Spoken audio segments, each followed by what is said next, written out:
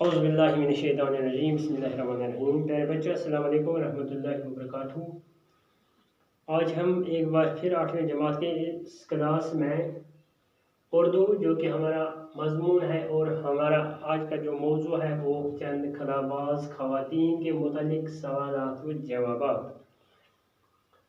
तो इसके मुतालिक हमने परसों भी कुछ सवालात किए हैं, उनके जवाबात भी लिखे हैं।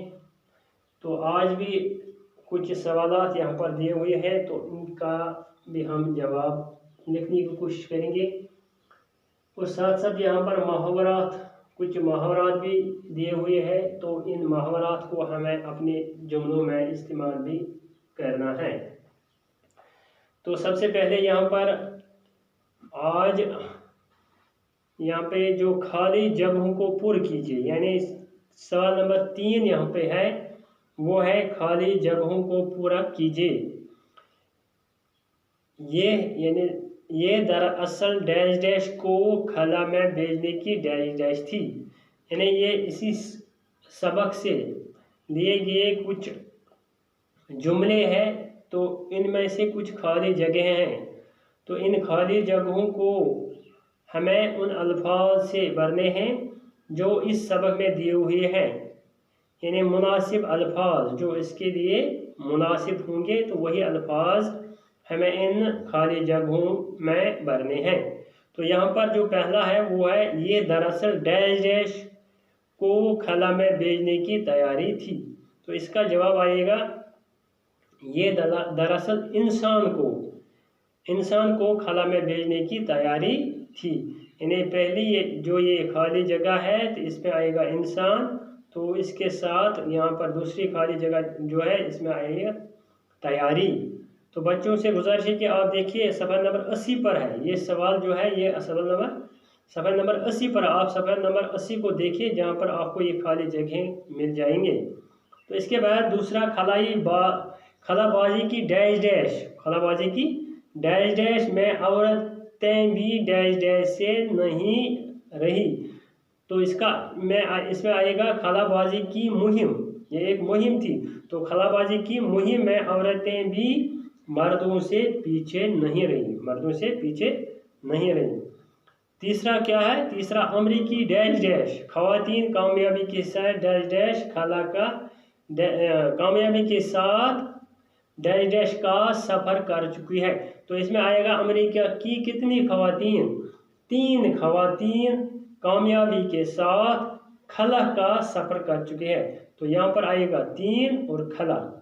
इसके बाद चौथा है डैश डैश पहली हिंदुस्तानी खलाबाज है, डैश डैश पहला हिंदुस्तानी खलाबाज है, पहला। ये तो क्या है, उसका नाम क्या था, राकेश शर्मा, यानी यहाँ पर पहली है। तो यहाँ पर असल ये है पहला, यानी राकेश शर्मा पहला हिंदुस्तानी खलाबाज है। तो यहाँ पर आएगा राकेश। 5वां है इन ख्वाबों को पूरा करना डैश डैश ने अपनी ज़िंदगी का मकसद बना लिया था।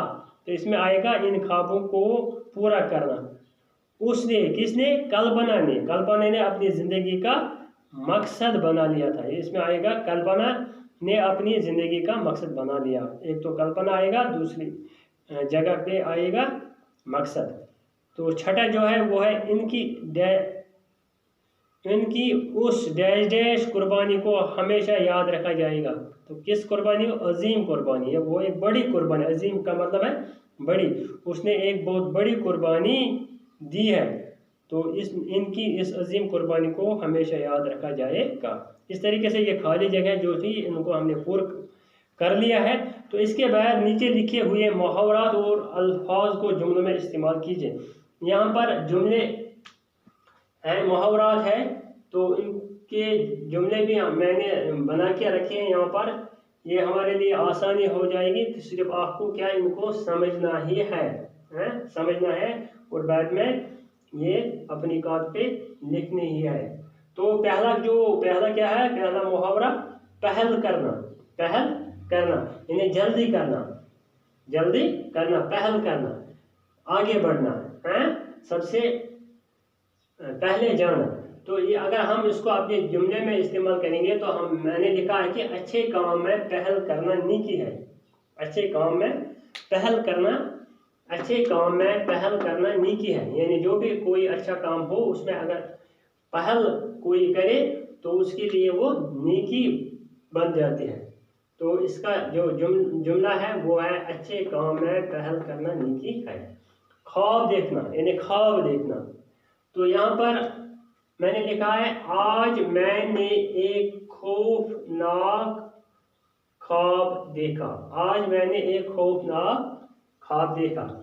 इसके बाद है यहाँ पर ठान लेना। ठान लेना तो मुकम्मल इरादा करना है, पूरा इरादा करना मुकम्मल है।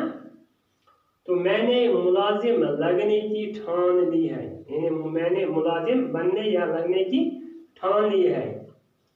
खला, खला आपको पता ही हमने ये पढ़ा है कि ज़मीन की सतह से 300 किलोमीटर के बाद जो वसअत शुरू हो जाती है तो उसको खला कहते हैं। तो यहाँ मैंने लिखा है खला की कोई हद नहीं होती है। खला की यानी उसके बाद कोई हद नहीं है। तो जुमला इसका ये है कि खला, खला की कोई हद नहीं होती।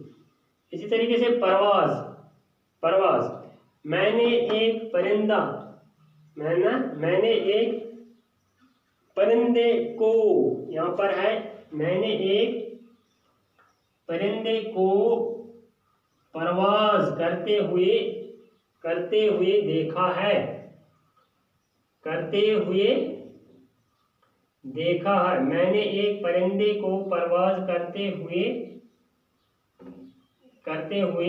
देखा है, देखा है। ठीक। आलात, आलात यानी जो भी सामान कुछ हो, जिस किस्म का सामान हो उसको आलात जो हम इस्तेमाल करते हैं मुख्तलिफ कामों में।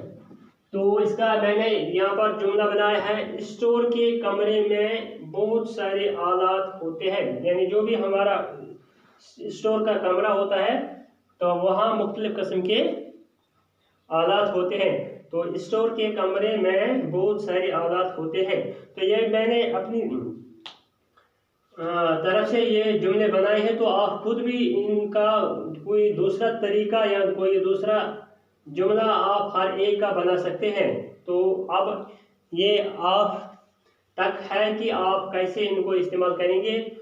तो इस तरीके से जो भी ये मुहावरे थे उनको हमने इस्तेमाल किया है, उनके भी हमने जुमले बनाए हैं। तो इसके बाद क्या है, इसके बाद यहाँ पर 5वां सवाल है, वो है कालम अलिफ और बे के तहत दिए गए लफ्ज़ों को जोड़िए। यानी यहाँ पर कालम अलिफ है और यहाँ पर कालम बे है, तो इनको हमें जोड़ना है। तो इनका सही यहाँ पर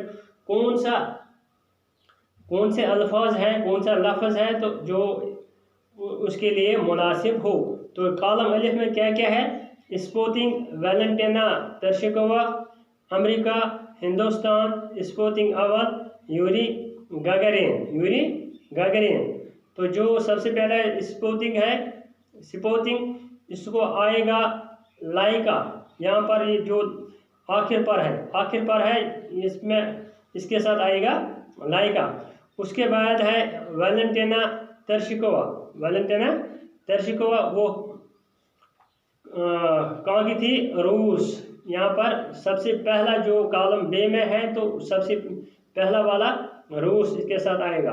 अमेरिका, उसके बाद अमेरिका से एक खातून थी, उसका नाम था सिलेराइड, यानी पर ये है सिलेराइड। लास्ट वाला यानी लास्ट बट वन वाला, लास्ट वाला नहीं तो लास्ट बट वन वाला, तो सिलेराइड इसके साथ आएगा अमेरिका।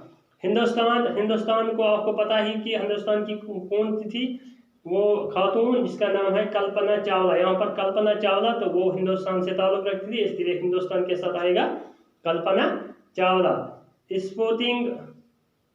स्पुतनिक अव्वल कब छोड़ा गया, तो वो है 4 अक्टूबर 1957 ईस्वी, इसके साथ आएगा 4 अक्टूबर 1957 ईस्वी। तो लास्ट पर है यूरी गागरिन। तो कब गया है खला में? तो 12 अप्रैल 1961। तो इस तरीके से हमने कॉलम अलिफ और कॉलम बे को आपस में मिलाया, मुनासिब अल्फाज ढूंढकर यहाँ से हमने इनको मिलाए हैं। तो इसके बाद यहाँ पर जो एक और सवाल है वो है पढ़िए, समझिए और लिखिए। सबक में मुरक्कब लफ्ज़ साइंसदान इस्तेमाल हुआ है, जिसका मतलब है साइंस जानने वाला। इसी तरह दान लगाकर मजीद 5 मुरक्कब अल्फाज लिखिए। यानी यहाँ पर जो ये अल्फाज है मुरक्कब लफ्ज़, मुरक्कब किससे कहते हैं? यानी जो 2 या 2 से ज़्यादा अल्फाज से बना हुआ लफ्ज़, 2 या 2 से ज़्यादा अल्फाज से बना हुआ लफ्ज़, उसको मुरक्कब कहते हैं। उसको क्या कहते हैं? मुरक्कब कहते हैं। यहाँ पर साइनस और दां, साइनस अलग है और दां अलग है। यहाँ पर अगर हम लिखेंगे साइनस एक लफ्ज़ है और दां एक लफ्ज़ है, तो ये दोनों मिलके एक लफ्ज़ बनता है साइनस दां। यानी साइनस की तालीम, साइनस जानने वाला, साइनस जानने वाला। तो इसको कहते हैं हम, जब इन दोनों को हम एक लफ्ज़ बनाएंगे साइंसदान, तो ये बन गया मुरक्कब। क्या बन गया? ये बन गया मुरक्कब लफ्ज़। तो इसका मतलब है कि साइंस जानने वाला, साइंस जानने वाला। तो इसी तरीके से क्या करना है आपको? दां, यही दां लगाकर मज़ीद 5 मुरक्कब अल्फाज लिखने हैं। तो हम क्या क्या लिख सकते हैं? तो हम क्या, एक तो हम लिखेंगे यहाँ पर, अगर हम लिखेंगे यहाँ पर एक तो सियासतदान भी हम लिख सकते हैं। क्या लिखेंगे? एक लिखेंगे सियासतदान, ठीक, सियासत जानने वाला। तो दूसरा हम लिखेंगे कलमदान, ठीक। कलमदान किसको कहते हैं? जिसमें हम कलम रखते हैं, जिसमें हम कलम रखते हैं उसको कलमदान कहते हैं। इसी तरीके से हिसाबदान, हिसाबदान यानी हिसाब जानने वाला, हिसाब जानने वाला, इसको कहते हैं मैथमेटिशियन। तो हिसाब जानने वाला। इसके साथ साथ हम चौथा क्या लिखेंगे? कानूनदान, कानूनदान, इसके साथ भी आया है दान, कानूनदान यानी कानून जानने वाला। क्या है? कानून जानने वाला। तो 5वां क्या लिखेंगे? क्षमादान, क्षमादान, क्षमादान किसको कहते हैं? जो मोमबत्ती होती है उसको जब हम किसी में रखते हैं तो उसको वहाँ पे फिक्स करते हैं, तो उसको कहते हैं क्षमादान। यानी जिसमें हम क्षमा को जलाते रखते हैं, इसको हम जलाते रखते हैं, तो उसको क्षमादान कहते हैं। तो इस तरीके से ये कितने बन गए? अब एक तो सियासतदान, एक कलमदान, 2 हिसाबदान, 3 कानूनदान, 4 क्षमादान, 5। तो ये सब जो 5 लफ्ज़ हमने यहाँ पर लिखे हैं ये सभी मुरक्कब है। क्या है? सभी क्या है? मुरक्कब अल्फाज है, मुरक्कब अल्फाज है। तो इस तरीके से हम आज का जो ये मौजू है इसको हम यहीं तक महदूद करेंगे, यानी ख़त्म करेंगे आज। इंशाअल्लाह कल इस पर हम मज़ीद बात करेंगे और साथ साथ बाकी जो भी सवालात है इस किताब में दिए हुए तो उनको भी इंशाअल्लाह कल करेंगे। तो बाकी वसलाम।